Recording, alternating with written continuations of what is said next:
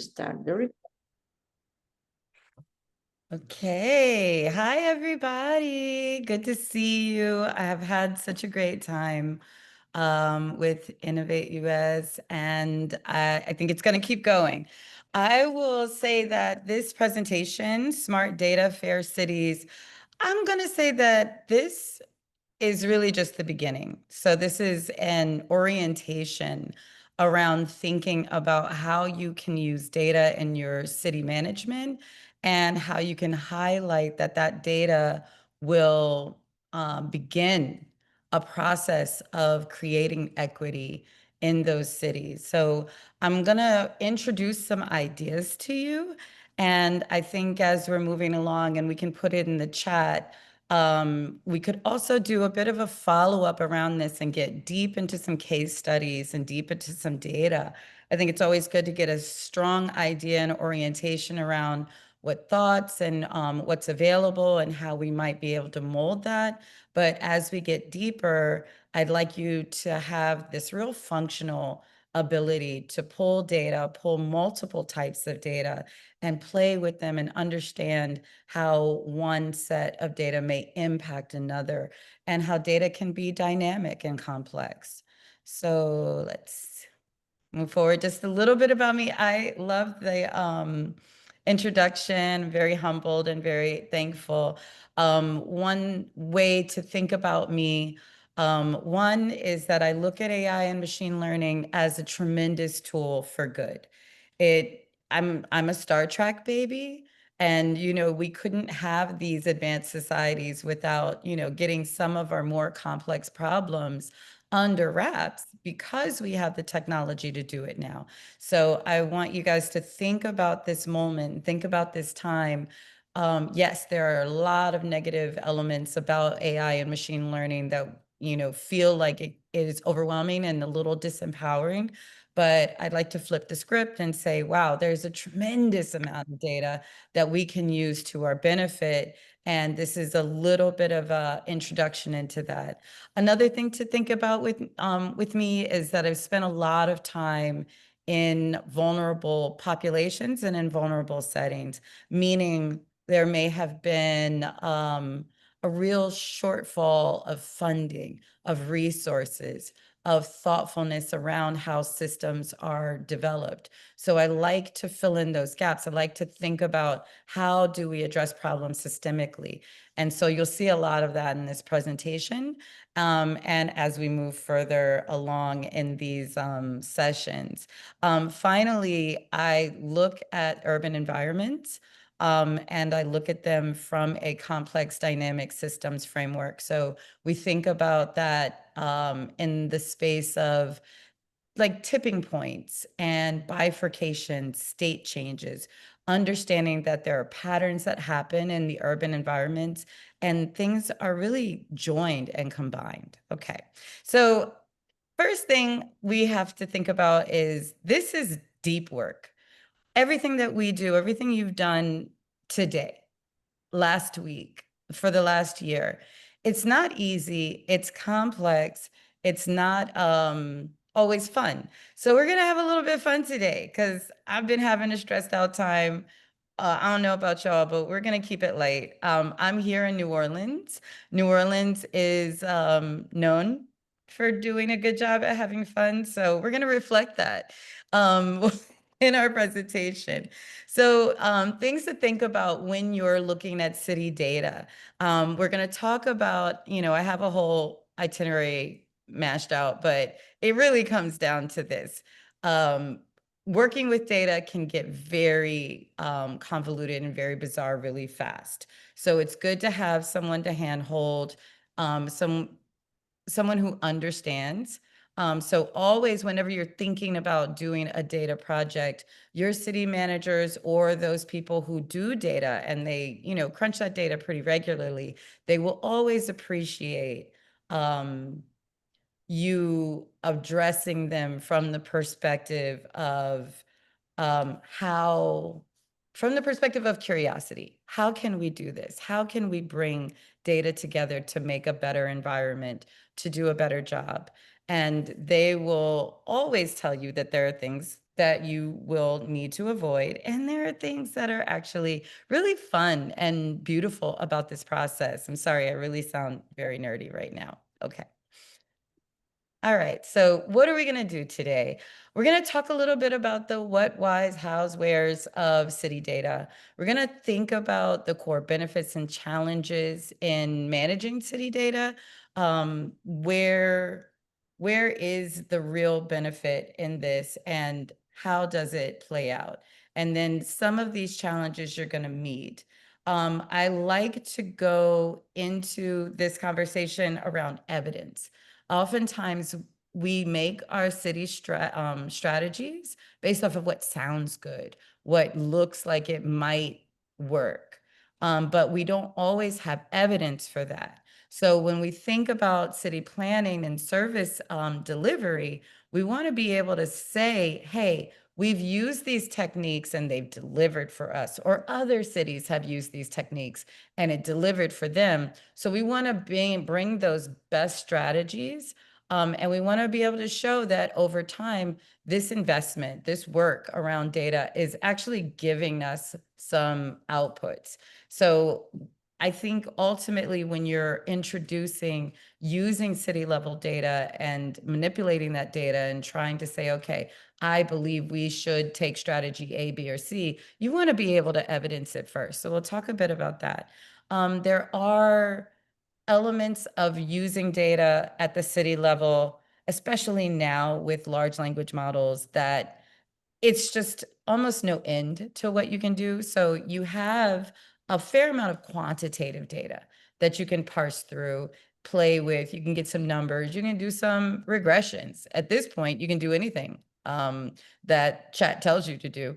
But also, there's the qualitative data, and that type of data is what people say.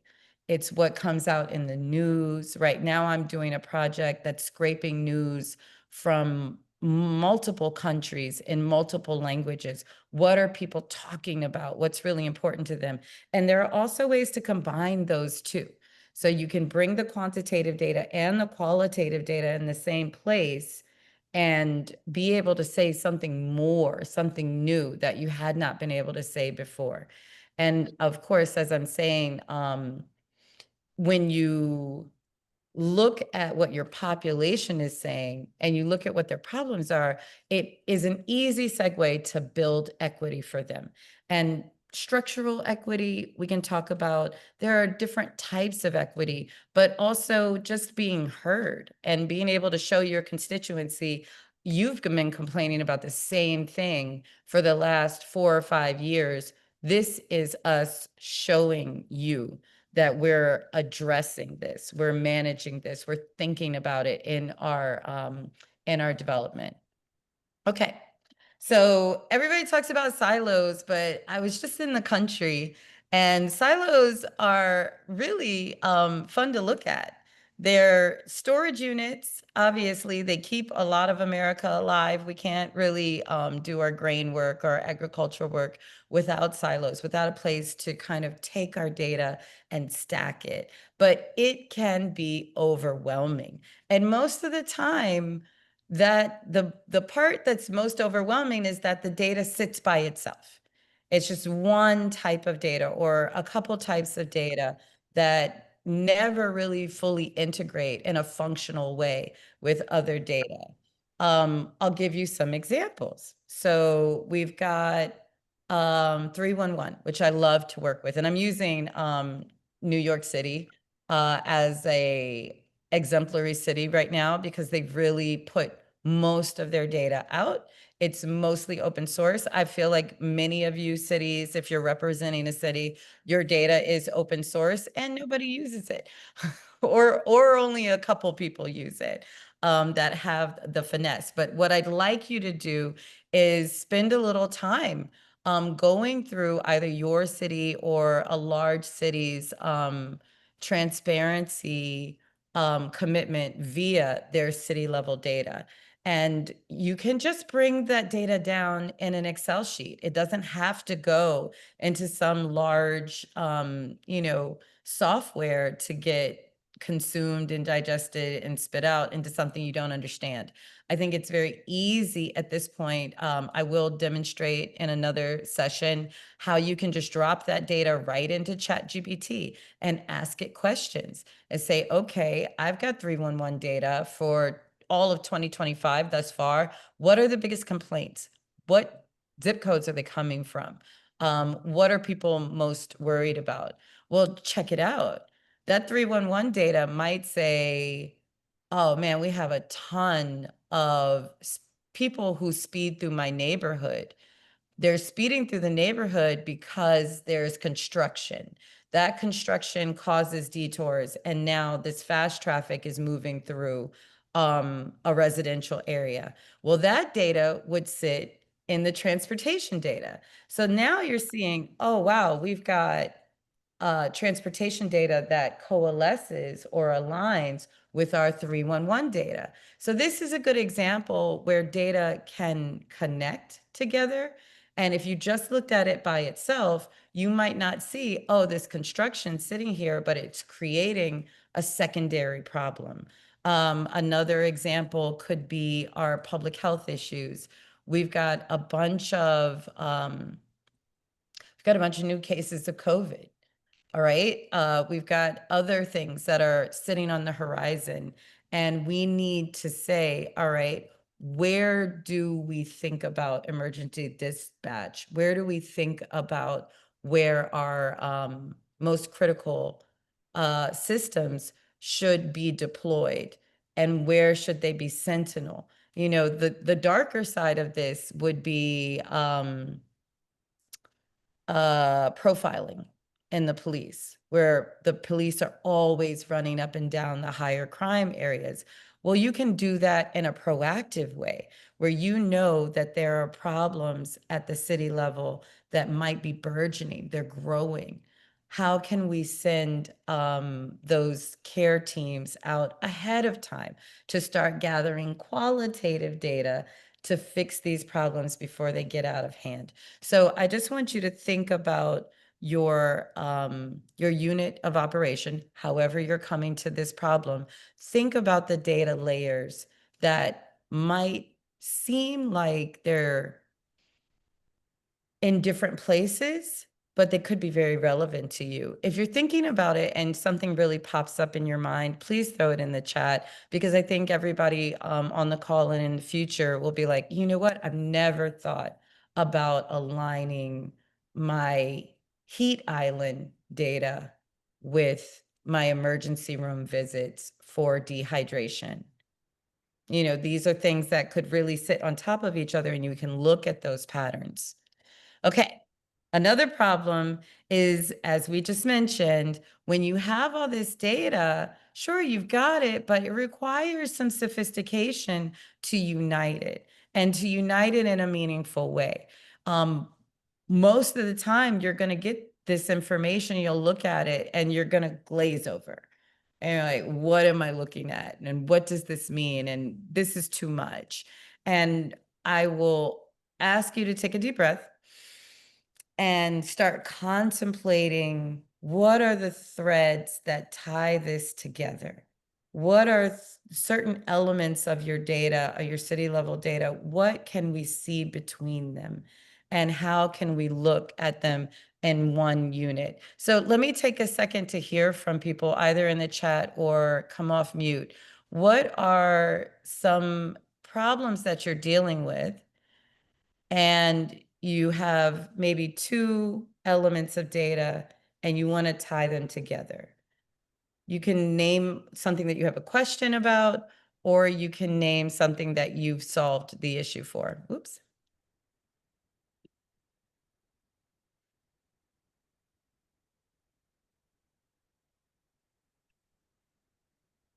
Okay, I see safety, security downtown, which might have been for an earlier point, but I think it's a great point. Video sensors. I'm curious, do you want to give a little more detail about video sensor and security downtown? You can text or talk. All right, I'm seeing auto safety data and crash data. Excellent. And if you're in a city that has a fair amount of video sensors, you will be able to see some things about that. Yeah, these are excellent. So I'll say that there are a couple of elements that pop up to me within these examples. One, safety and security in an urban environment, particularly in your downtown areas. That is a lot of information. That's a lot of data. Those video sensors, we think about privacy. We think about your ability to see multiple sort of area targets at one time. And maybe if you're having a public safety issue, and we're going to get into public safety in a second, if you have an issue around that, you want to be sure when we're talking about ethics, right, that you're thinking about how you can monitor that information and sustain ethics. And I'll just make a really quick note about AI and machine learning. Our AI has now the capability of facial recognition. And as you're um, using that downtown security and you're seeing things happen, you also want to think about what are the limits of facial recognition. Your use of AI and machine learning, it does a really fantastic job of understanding objects in space. Maybe it's recognizing the traffic is too fast for one particular area and they'd like to slow the traffic down. That gives you and you want to make the area more walkable. By making the area more walkable, it's safer, the property value increases, so on and so forth. So a really interesting way to think about that would be to look at cities that have created structures that slow the throughput of the traffic down, and in doing so have improved the usability of that space. So there's a lot of ways to slice that pie.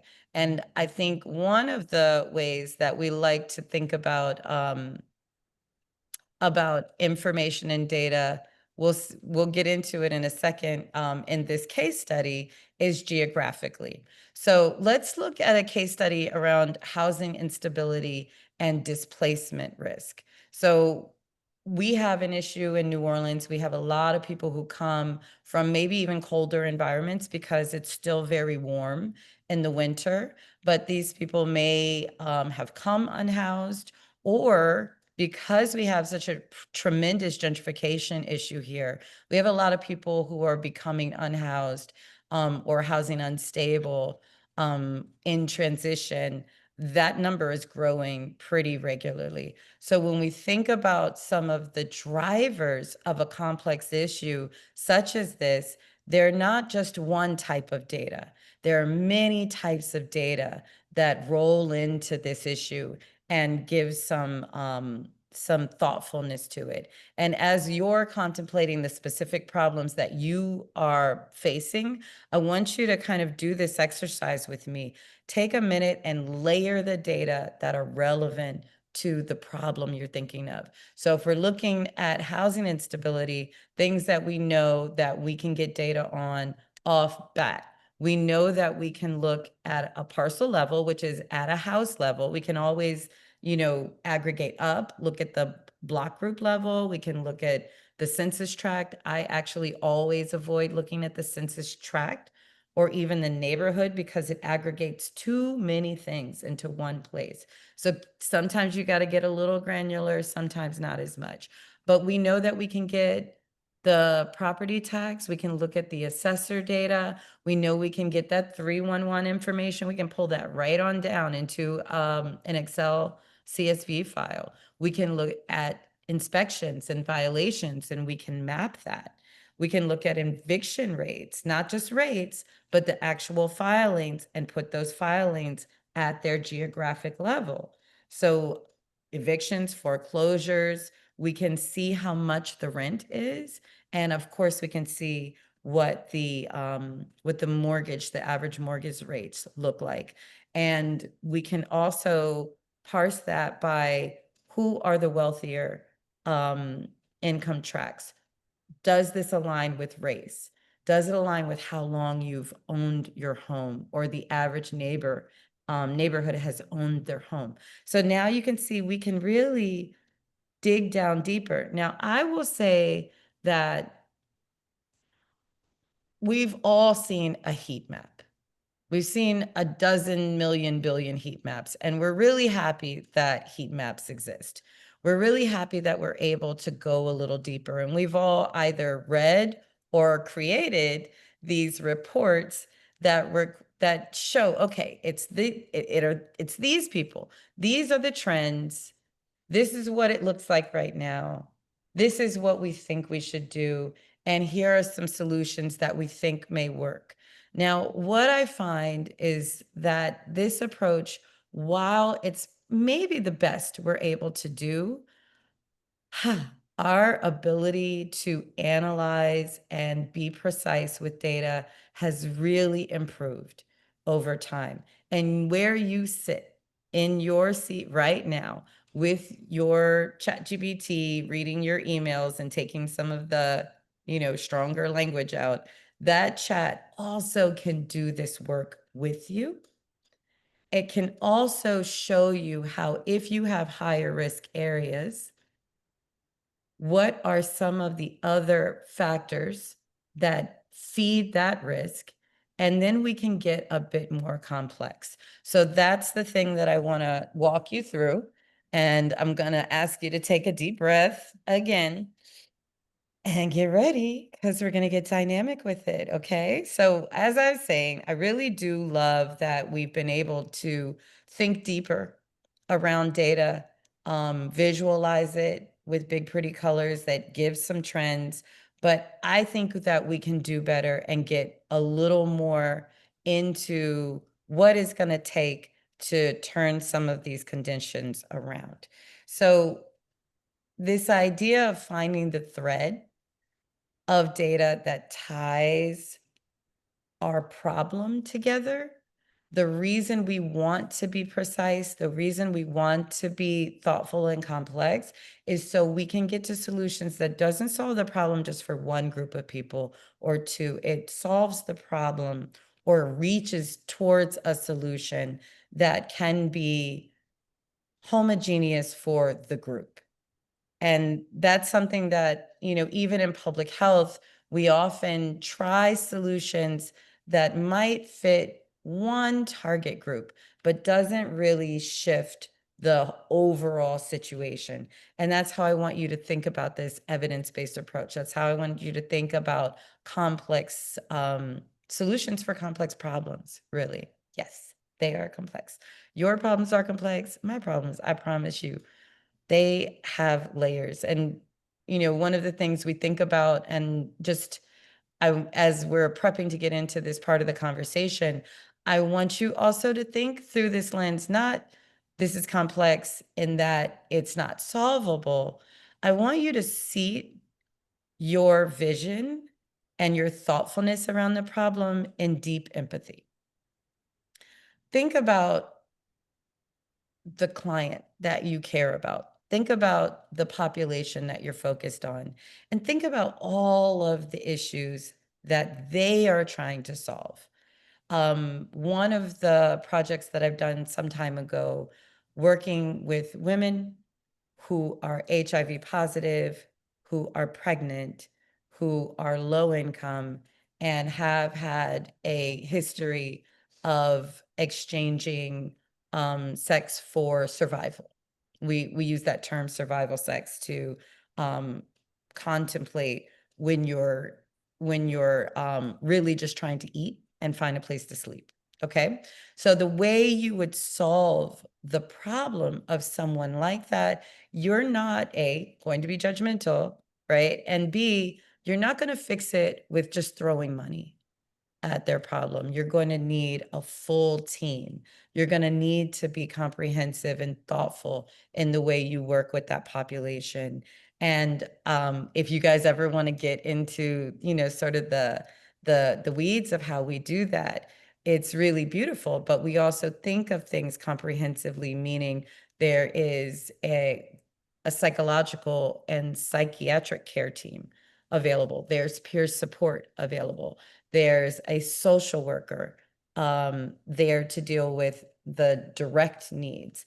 There's special funds for transitional housing, moving to permanent housing. There's obviously a physiological element that does not exist in a vacuum, meaning it's not just one doctor and it's not just one nurse or person who follows you to try to make sure you're staying on your medication. It's a whole group of people who are sticking with you, trying to make sure you're not failing. So I really just want you to seat in this idea. It's not one solution for one problem. Most of the things that we're looking at and dealing with our population every day, there are large entrenched drivers that are keeping them in place. And I want you to put your mind around that. You would be surprised if you just add 2 or 3 layers of data to the problem you're looking at and bring them all in one forum. You will be absolutely blown away that there may be solutions that are sitting right in front of you. Okay. A perfect example of this is some research that I've done actually several years ago, where I was looking at high-risk populations, again, multi-vulnerable. These were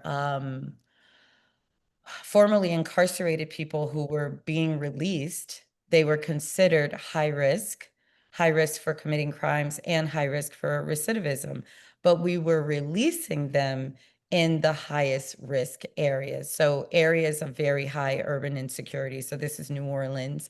And when we think about one issue, so structural inequity. In this case, we were looking at access to education, education to workforce pipeline. We're looking at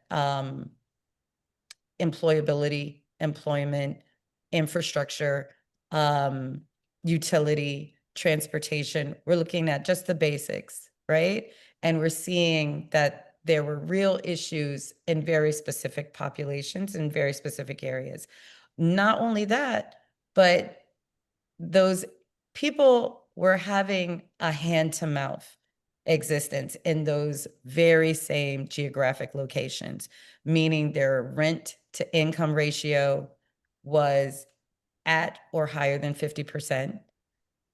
Their access to work through private transportation, meaning a car, was extremely low. Their ability to own a home was extremely low. Female hardship really referred to women with that were female-headed households with children under 18, which also coincided with these other variables of vulnerability. Crime and alcohol is ubiquitous throughout the city of New Orleans, but when we break that down, crime and alcohol, I'm going to say alcohol outlets. So the concentration of alcohol outlets, whether you know it or not, is firmly connected to STD rates, to low public health outcomes, and to higher crime. And in New Orleans, we're still suffering from Katrina, so there's still a fair amount of blight. And one thing that we were recognizing is that most of our population that were being released were released to the most vulnerable areas in there. So when we think about data, we can think about it geographically, we can get to layers of sensitivity or layers of risk that underline our issues that we might not be understanding. Oh my gosh, this is directly related to my problem. And that is another place where qualitative data really fits in. When your town halls happen and everybody feels really good after it's over, but you still have the same problem the next mayor and the mayor after that and the mayor after that, it's because you may not have addressed your primary issues. You may not have layered and understood that those issues are happening together. They're dynamic, they feed off of each other. That sounds like a lot, but I want to say that it happens in every city. These are issues that are occurring in every city. So if you're at all interested in seeing how your city sort of concentrates disadvantage, I'd be more than happy to jump on a call and talk to you and think about it. Think about it from a systems level. Think about it from a mapping level. Now, I gave you guys a little sneak peek, but I'm going to say that while we can look at things geographically, you can look over time as well. You can look over time, you can look over space, or you can look over time space, which is my new favorite. ArcGIS has come out with something called time space cubes or space time cubes, whichever you like. I am obsessed. I love this capability. So, one thing that's truly important in the world of fixing problems are recognizing patterns. And some of those patterns may occur within a time space, like heat islands. If you're worried about construction and you have a whole neighborhood or you have roads to rebuild and you have, say, a heat island, your workers cannot work when those temperatures are above a certain element. So there are all of these temporal pieces, but there are also patterns that happen over long time. And we can see that in gentrification. That's really an easy way to think about, oh, this neighborhood didn't become gentrified overnight, but we can see over a period of months and years the people who originally were in this neighborhood cannot afford to live here anymore. And that fed our housing instability issue. So that is why time, being temporal and spatial, is really important. And one of the elements that demonstrates this are space-time cubes. So I'm just going to take a little minute to dig into um, what is a space-time cube and why the way it shares a pattern is really important. So let's imagine that this cube sits over a part of your city and you're able to break out that part of your city by little geographic units, and you want to say, hey, I really want to understand the patterns happening across this area because things are really changing, the dynamics, the groups that are living here, what they need, how they exist, all of that is really changing very quickly. And I need to understand that in real time. Okay. What time space cubes are able to do, space time cubes, I flip them all the time, really based off of what I'm focused on. But you can see on the color coding if you have a new hotspot. So, or you have a persistent hotspot. So let's just think about this. This little column right here, it's been hot out of 1, 2, 3, 4, 5, 6, 7 time units. It's been hot 4 times. That gives you a sense, like if you were to say those were a year, that gives you a sense that that place is persistent in its issues. Well, let's look at a new hotspot. Here, this place has been the same over time. And then, uh-oh, something's happened. There's a new change. Now we can recognize we're at the beginning of that change. It is dynamic. All of these things ways that things are changing. Now you've got a part of town that maybe is less at risk. And it's been less at risk, but it is persistently less at risk. So it's even doing better. So let's say it's been at a less risk level for a long time, but now it's really moving into the positive. Now you're getting the best outcomes you can think of. You have an intensifying cold spot or low risk spot. And so now we can just go down the line and see, oh, wow, there's places that are hot spots and they're diminishing. They're getting better, but maybe they're not really in the low risk. Maybe they're not doing that well.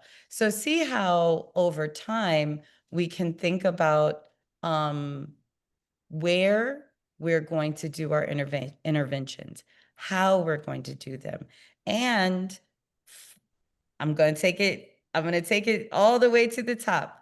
You can do your analyses across multiple indicators in these space-time cubes.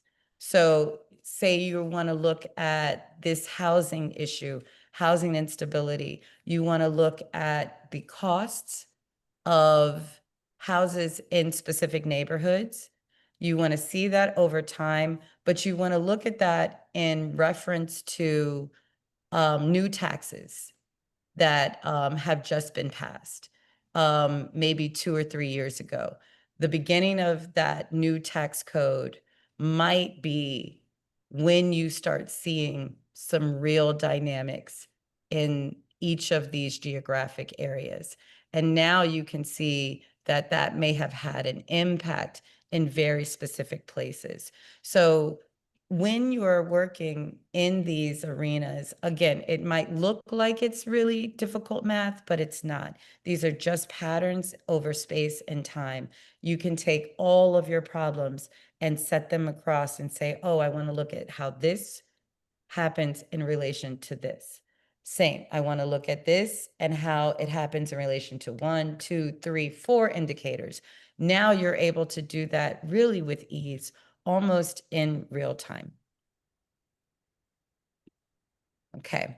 And I think when we talked about that earlier conversation about layering complexity and looking at the outcomes of that complexity, I want to just finish with two potential ways to drop into how are we really going to solve this problem, and to show that you can be very specific around the outcomes that succeed or fail, the target populations that succeed or fail in these dynamic settings. So this visual are my population. In this particular research I was doing with the Department of Justice, Bureau of Justice Assistance, and our statewide jails, prisons, day reporting centers, we were looking to see how many previously incarcerated people recidivated, went back into prison. And something that really came out in the findings was that this blue and the deepening blue were the most insecure areas. They had all of those levels of vulnerability stacked and deeply concentrated. And the green areas are where you really just don't see those problems. You don't see those issues. Everything seems really to be functioning very well, and the city is doing really well by these populations. Well, here we can see, number one, my releasing population only went to the most vulnerable areas. And my people who went back to prison, so the yellow is the folks who returned, and within, I think this was about a year's time, had not recidivated, but the red absolutely recidivated.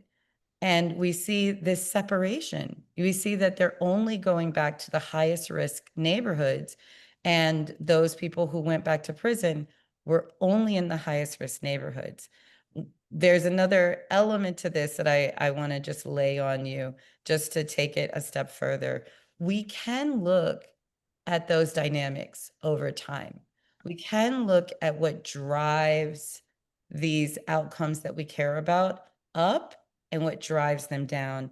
And this was just a little more advanced analysis on that population, saying, look, if the client had a higher amount of risk themselves, just by themselves.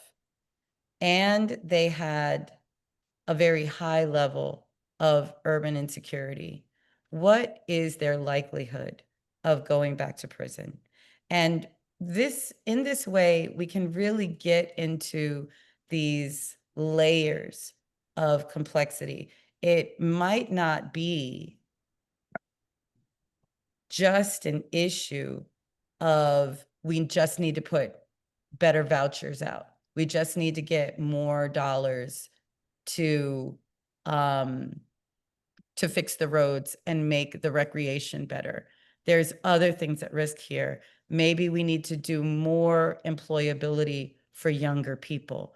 Maybe we find that the crux or the real issue is that this entire area doesn't have a good work school to work pipeline, or people are underemployed.